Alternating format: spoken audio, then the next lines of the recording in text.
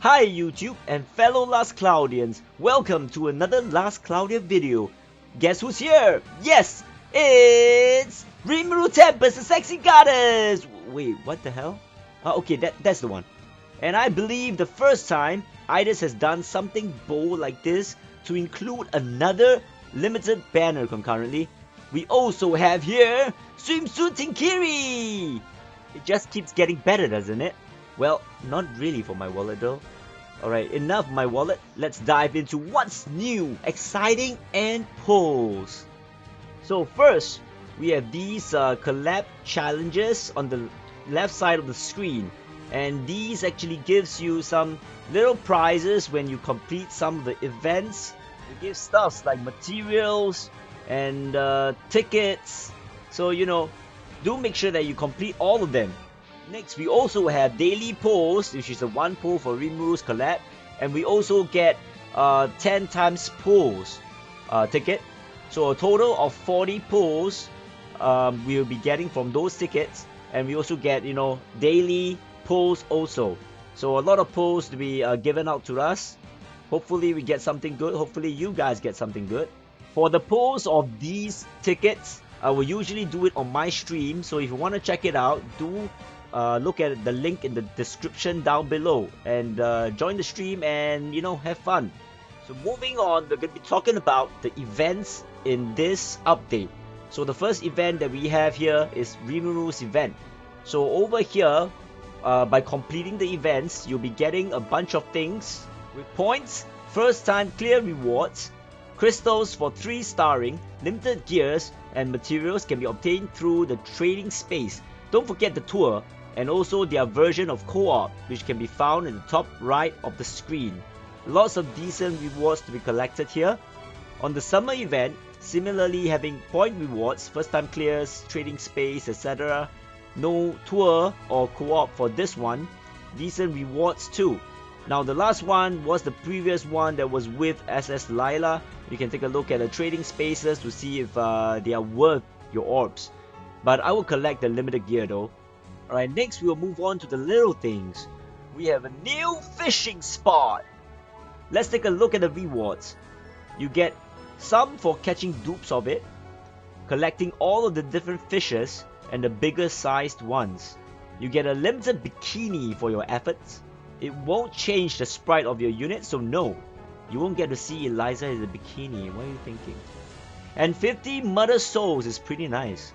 So little tips on fishing to make things slightly easier for the beginners here. Take note of the splashes and school of fishes that swim across the screen. These are indicators that there are high start or even big fishes in the pool. You can choose to re-enter the fishing spot till you get these indicators, which I recommend as those fishes are much rarer. How I fish is that after casting out, I will hold on to the reel in button. Focus on the top of Carl's head until I see the exclamation mark. Release it immediately once it pops. If this makes my reaction time a bit faster, well, pardon me, I'm old. Now there are a few surprises here on the map. These floaty things pack some treasures. Now this one says a little error. Pretty sure it's Miura with an M here. Not sure about the rest, let me know if you have figured it out. Well, I'm not gonna spoil the fun for you guys. Enjoy searching for them. In this patch, we also get more God mode stages in the Dara Desert and the White Laboratory. And also another thing that's added to the game, it's the unit multi unlock function. So right now, if you take a look at my screen here, you can see that if you go to the skill tree, usually you need to click node by node to unlock. But right now you can just click on the furthest node and unlock it all the way. Although it's a really nice addition, however, I still find myself spending quite some time. So the only thing that made it better was that I don't have to click at every single node. But then again, there are still many times I still need to click because some of the nodes are isolated, or maybe it's not in the same path. So basically, I would think that there would still be more improvements in the future, I hope, right? Now another thing that was added to this particular patch is the soul tanks and the soul generators. So right now, as you can see, we have another new level for each of our generators. So do make sure to make this a priority. Spending those gold, well, it's a little bit expensive, but yeah, it's fine, right? So remember to increase the soul tank and also level up all your generators. Moving on to the pulls, I'll be doing the step 1 and step 2 for this video. I'll do another video for the other steps, but then again, let's see what I get.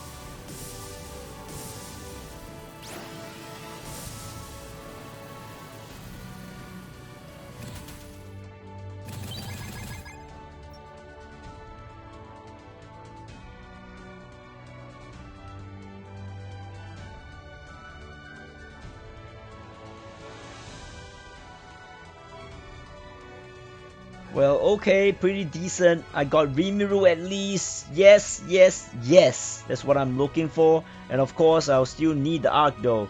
So, yep, I'm gonna be doing more pulls, definitely. So last but not least, in this video, I'll be going through Swimsuit Tinkili. Alright, and her arc. So let's go straight into it right now. Wait a minute, boys! We are one down. Galliano Falls. In my opinion, the best skills here are Illness Nail and Fast Vitality.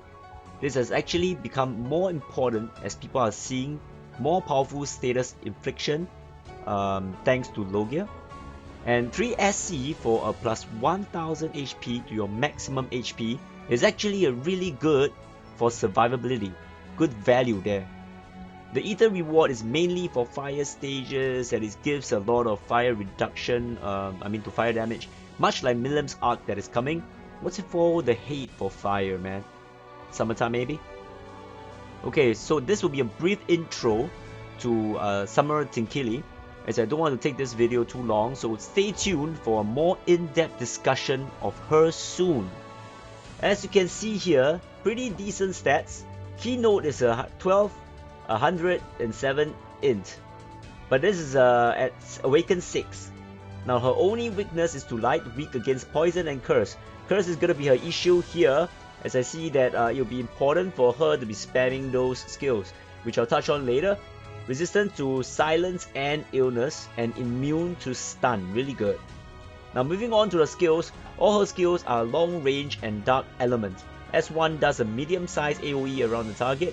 S2 I believe is the single target and that slows also. This might be her primary big damage.